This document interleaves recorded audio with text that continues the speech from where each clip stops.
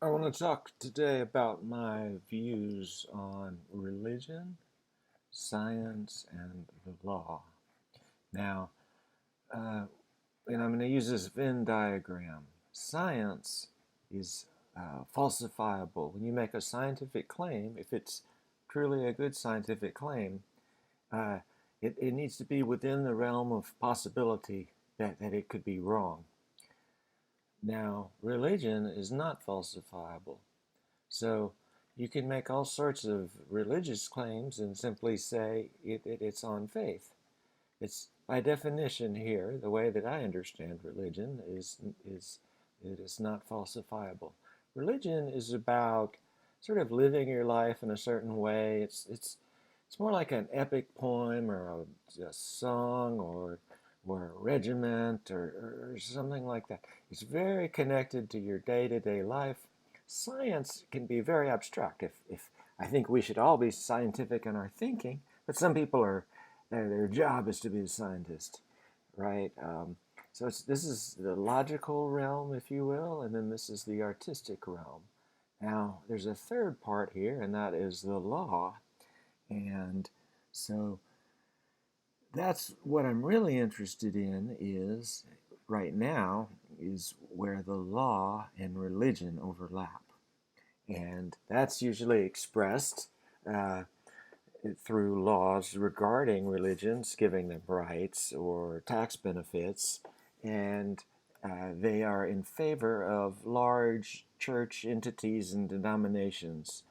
Uh, because those groups have the most power, and that's how they express it, is with the laws here. Just like if you were a lobbyist, let's say, if you were a lobbyist, you could do some science, like uh, you could have somebody write up a report to say the Earth is getting cooler.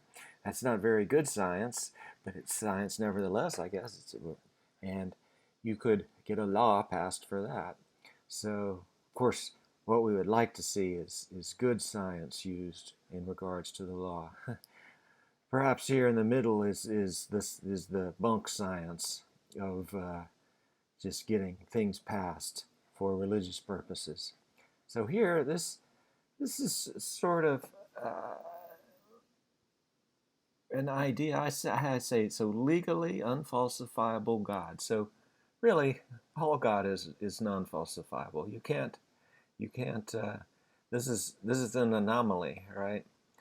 Uh, all, all all science never says, oh, we're going to do some sort of test for godness. That would be in this realm of religion and myth. So, so what I say as a secularist is simply that um, my God is lug, legally unfalsifiable God, and is I don't have to explain too much more than that. If you'd like me to, and people suggest that I have some sort of mythical explanation, well, that's when you get into the dolphin cult or the Finnegan's Wake stuff or whatever. So, and that's very entertaining and neat. I think it's neat, but that's not what we're talking about today. We're talking about science. No, I'm sorry. We're talking about religion and law. So I can simply say, hey, I should be held to the same. I am a religious person. What's your religion? It's religion number 437, and I should be held to the same standards of non-falsifiability that other religions are when I make some sort of claim about religion. So what are we left with? Um, oh, by the way, this is laws. This is most laws which don't have to do with religion, um, and don't have to do with science either.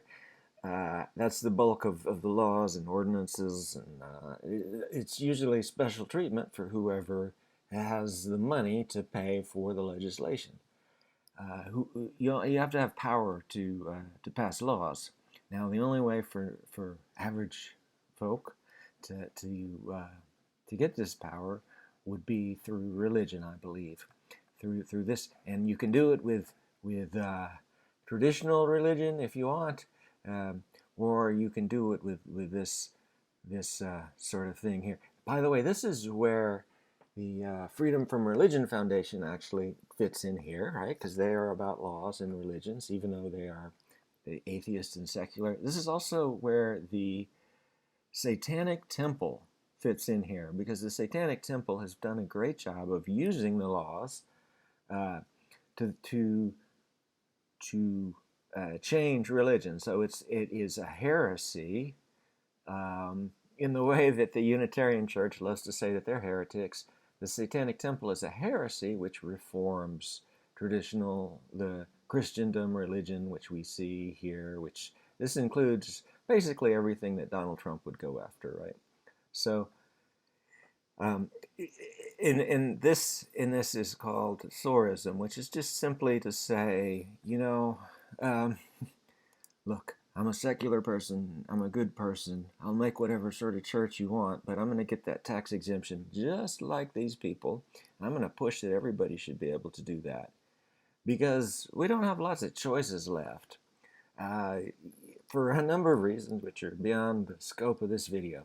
Thanks. I hope you enjoyed this.